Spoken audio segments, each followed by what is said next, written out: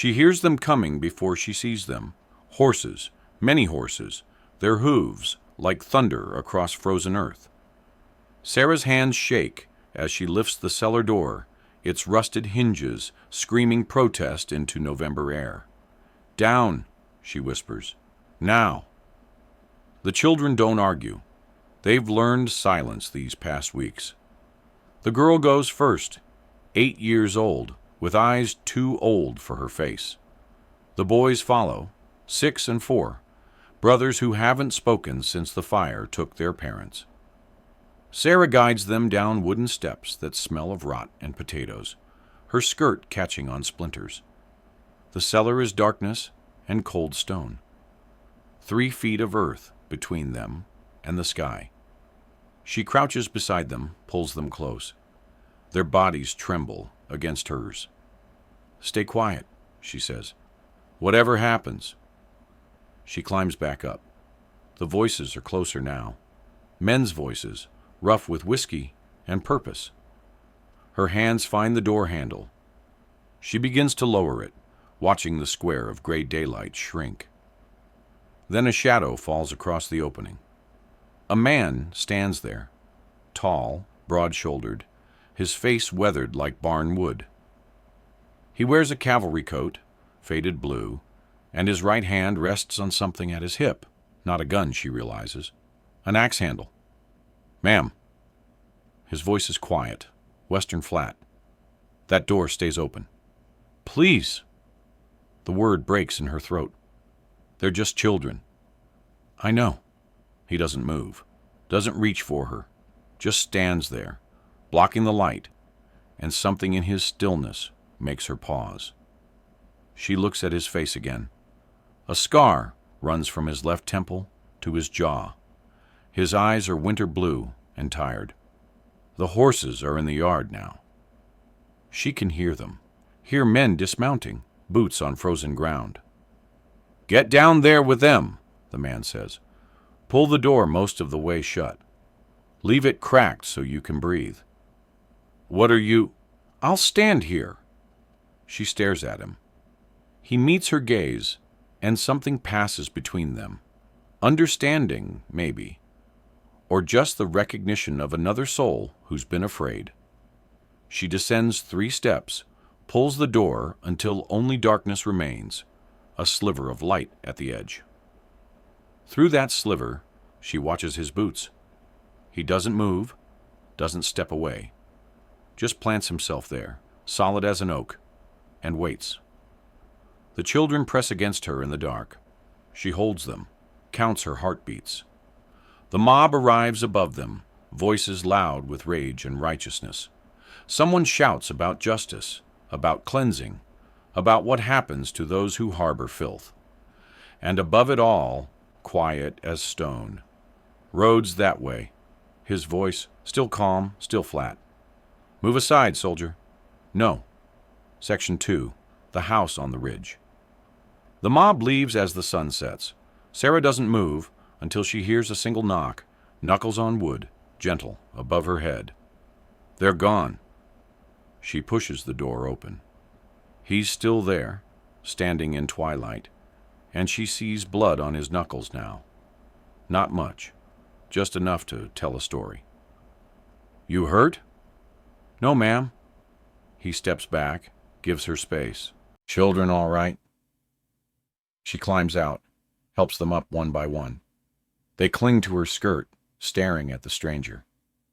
The girl's eyes move to his scar, then away. The man crouches slow, makes himself smaller. "There's a house," he says to them, not to Sarah. 2 miles north. Nobody there but me. It's warm." "We can't," Sarah starts. "Wasn't asking." He stands, looks at her now. "This place isn't safe. They'll come back." She knows he's right. The cabin behind her is already dying. 1 room, walls that leak wind, a stove that smokes. She's been here 3 weeks, since she took the children from the burning church. Hiding, waiting for something she couldn't name. "I don't know you." "Name's Caleb Ward. Fought for the North. Been back 2 years. Run cattle on the ridge property. He pauses. That's all I got for credentials. The smallest boy tugs her sleeve. She looks down. He's shivering, lips blue-tinged. She touches his forehead. Fever warm. All right, she says. Tonight. Then we'll see. They walk in silence. He leads, carrying the 4-year-old when the child stumbles. Sarah holds the other's hands. The land is all hills and bare trees, grass gone silver with frost. Somewhere, an owl calls. The sound makes her think of her father, dead 5 years now. He used to say owls meant change coming. The house appears as full dark settles. It's larger than she expected. 2 stories, stone chimney, glass in the windows. Light glows inside. Left the fire going, Caleb says. The inside smells like wood smoke and coffee. 1 large room downstairs. Kitchen, table, chairs. A stove that radiates heat. Stairs leading up. Everything is clean, spare, ordered. A man's space, but not unkind. Children can have the upstairs, he says. 2 beds up there. You take my room, back there. He points to a door off the kitchen. I'll sleep here by the stove. That's your room. Won't be using it tonight. She's too tired to argue. The children are already moving toward the warmth, hands outstretched. Caleb opens a cupboard, starts pulling out bread, cheese, dried meat. His movements are efficient, practiced. He's done this before, she thinks, fed hungry people. They eat without speaking. The girl takes small bites, watching Caleb like he might vanish. The 6-year-old falls asleep with bread in his hand. The youngest coughs, wet, rattling. Sarah's chest tightens. There's medicine, Caleb says. Upstairs, willow bark and honey, for the cough. You have children? No. He doesn't elaborate. She puts them to bed in a room with real blankets, feather pillows, a window that latches tight. The girl whispers, Is he safe? I think so. You don't know? No, Sarah admits. But he stood between us and them. That counts for something. When she comes back down, Caleb's at the table, wrapping his knuckles with cloth. She sees his face now in lamplight. 40, maybe, or older. Hard to tell. Some men age in ways that don't show. Thank you, she says. Don't need thanking. Still. He ties off the bandage, looks at her finally. You got names? Or should I keep calling you ma'am? Sarah Brennan. The children. She stops. They're not mine. Figured. Their parents died in the church fire. Harper's Creek. You hear about it? Heard. The mob thinks, her voice catches. They think the orphanage was harboring criminals. The preacher spoke against the hangings, so they burned him out, killed him. The children barely got out. Caleb's jaw tightens. World's full of righteous men doing evil. You stood against them. Someone had to. She studies him across the table. His hands are scarred, weathered, working hands, but gentle when they'd lifted the child. Why? She asks. He's quiet so long she thinks he won't answer.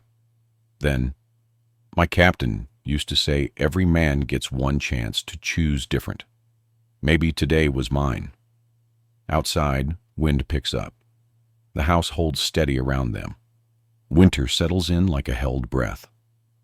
Sarah wakes the first morning to find Caleb already gone. Out to the cattle, she learns. He returns at noon, snow dusting his shoulders, and nods to her before heading to the barn. This becomes the rhythm. He works. She tends the children. They orbit each other carefully, planets afraid of collision.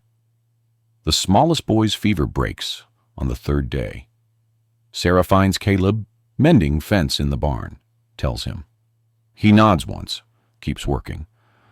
But that night there's fresh milk on the table, still warm. Cow finally let down, he says. She knows it's a lie. The cow's been producing since they arrived. Weeks pass. The children begin to unfold like winter buds. The girl, Mary, starts speaking more than necessary. The brothers, James and Thomas, chase chickens in the yard.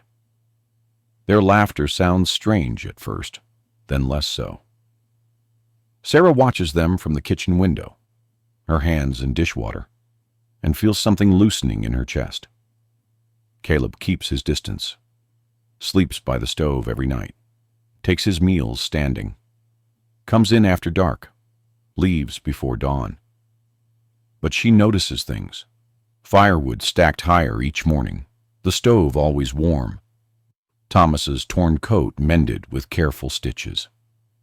One evening she finds him teaching James to whittle on the porch. The boy's hands guide the knife, Caleb's larger hands steadying them. Neither speaks. The shavings curl and fall like snow. "You're good with them," Sarah says from the doorway. "They're easy." "No, they're not." He looks at her then, and she sees something in his face. A old pain, carefully buried. "Had a brother," he says. "Lost him young. Guess I remember." He doesn't say more. She doesn't push. January brings a blizzard that locks them inside for 3 days. The house feels smaller. Sarah finds herself aware of Caleb in new ways. The sound of his breathing at night, the space he takes up, the smell of him, leather and wood smoke. He reads to the children from an old Bible, his voice low and steady. Mary falls asleep against his shoulder. He doesn't move until Sarah lifts her away. Their hands brush. He pulls back like she's burned him. "Sorry," he says. "Don't be." But the moment breaks, and he's distant again. February, the land locked in ice. Sarah ventures to the root cellar one morning for potatoes and finds him there, standing in the dim space, staring at nothing. "Caleb?" He startles. "Didn't hear you. You all right?" "Fine." But his voice is rough. "Just this place. It reminds me." She understands then. The cellar. The darkness. Where he stood that first day, between her children and violence. "What did they do to you?" she asked quietly. "In the war. Nothing I didn't earn." "That's not an answer." He's quiet for a long moment. Then, "Andersonville. Prison camp. Underground shelters, cramped and dark. Men dying in holes like animals." His hand touches the wall. "Swore I'd never go below ground again. But that day, when I saw you trying to close that door, you could have walked away." "No," he says. "I couldn't." She steps closer. The space between them feels electric, dangerous. "Why not?" "Because I've walked away before. Because I know what it costs." He finally looks at her. "Because you were alone and afraid, and those children needed—" "What did you need, Caleb?" The question hangs in the cold air. He doesn't answer, just climbs the steps past her, shoulders tight, and disappears into the yard. That night, the town marshal arrives. He's an older man, gray-bearded, carrying authority like a heavy coat. Caleb speaks to him on the porch. Sarah watches through the window, heart hammering. The children sense her fear, grow quiet. The conversation is brief. The marshal leaves. Caleb comes inside, face carved from stone. He's asking questions about the children. "Someone saw us that day." "What did you tell him?" "That they're orphans, that you're their guardian, that I'm giving you shelter." He pauses. "He wants you in town tomorrow, to make it official. Paperwork. And if I don't, they'll come get you." Mary stands at the top of the stairs, listening. "Are we leaving?" Sarah looks at Caleb. He meets her eyes, and she sees it there, a question, an offer, a fear that mirrors her own. "No," Sarah says. "We're not leaving." Section 4. The garden town is judgment made visible. They ride in Caleb's wagon, Sarah, the children, Caleb silent beside her. Main Street stretches out like an accusation. People stop, stare. Women whisper behind gloved hands. Men's eyes follow them with cold appraisal. The marshal's office is warm, too warm. He has Sarah sign papers, asks questions. Where's she from? Who were her people? What's her relationship to Caleb Ward? He's offering shelter, she says. Nothing more. The marshal's eyes shift to Caleb. Back to her. That how you see it, Ward? That's how it is. Folks are talking. Saying it ain't proper. Woman and man, not married, living under one roof. The children need care, Caleb says, voice flat. She's giving it. I'm providing a roof. Don't see what's improper about decency. Decency. The marshal leans back. That what you call it? Something hardens in Caleb's face. Sarah sees it, the same stillness from that first day, dangerous and contained. But then his shoulders drop, just slightly, and he looks away. We're done here? He asks. For now. Outside on the boardwalk, they're surrounded. 6 men, including 2 from the mob that day. One steps forward, thick-necked, smiling mean. Ward, heard you took in that woman, the one hiding them orphans. She's got a name, Caleb says. I'm sure she does. Question is, what's she giving you for room and board? The man laughs. Others join in. Sarah feels heat rise in her face. Mary grips her hand tight. James moves closer to Caleb's leg. You got something to say, Caleb says quietly. Say it plain. Just wondering how a man who fought for righteousness ends up harboring trash. Them kids came from criminal stock. The preacher was sheltering murderers. Everyone knows it. The preacher was sheltering children, and he burned for it. He got what he deserved. The words hang there. Caleb's hand flexes at his side. Sarah watches him, sees the war in his face, the desire to act, to defend, warring with something else, fear maybe, or exhaustion. Let's go, Caleb says finally, to her, not to them. They walk to the wagon. The men follow, voices rising. More people gather. Someone throws something, mud, striking Sarah's shoulder. Mary cries out. Caleb stops, turns, and Sarah sees him make a choice, the wrong one. He keeps walking. They ride home in silence. The children huddle together. Sarah stares straight ahead, jaw tight.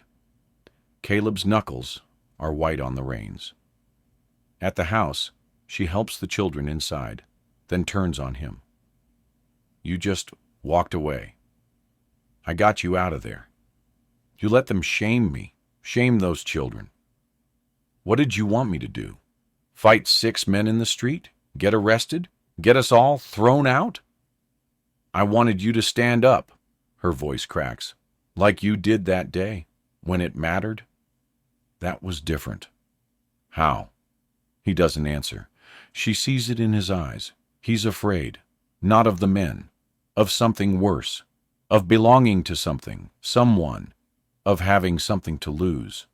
You're a coward, she says quietly. He flinches like she struck him. Maybe I am. She goes inside.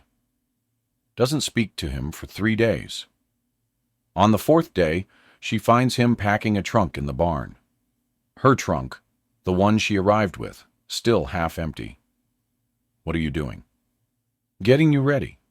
There's a wagon east in 2 weeks. Takes people to the territories. I've got money saved. Enough for passage for all of you. New start. You're sending us away. I'm giving you a choice. He won't look at her. You were right.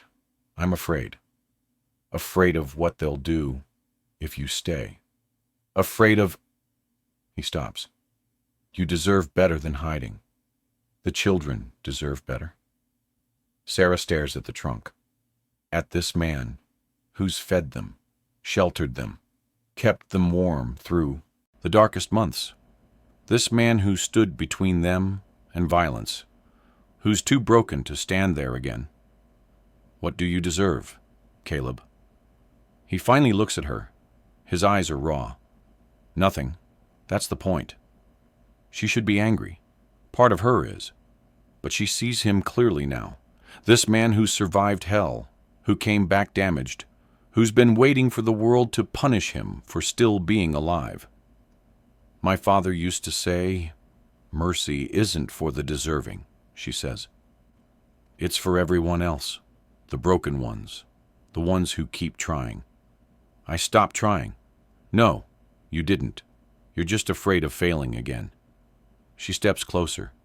I'm afraid too, of trusting, of staying, of needing someone who might not be there.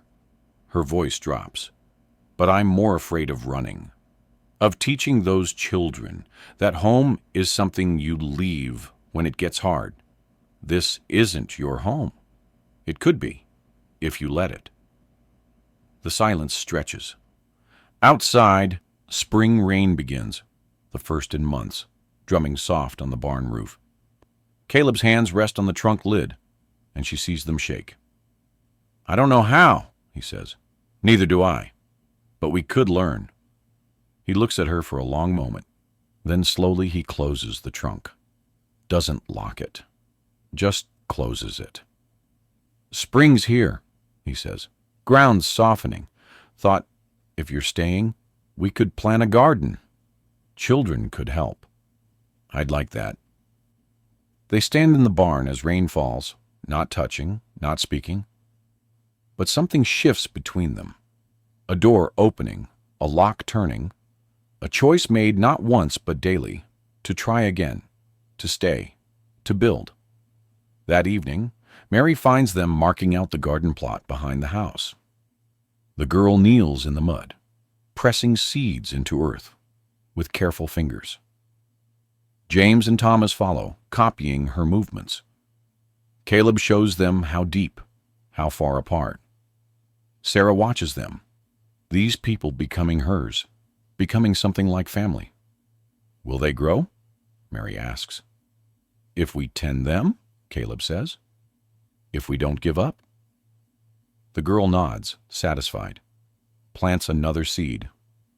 Sarah catches Caleb's eye across the darkening garden. He holds her gaze this time, doesn't look away. In his face, she sees the same thing she feels.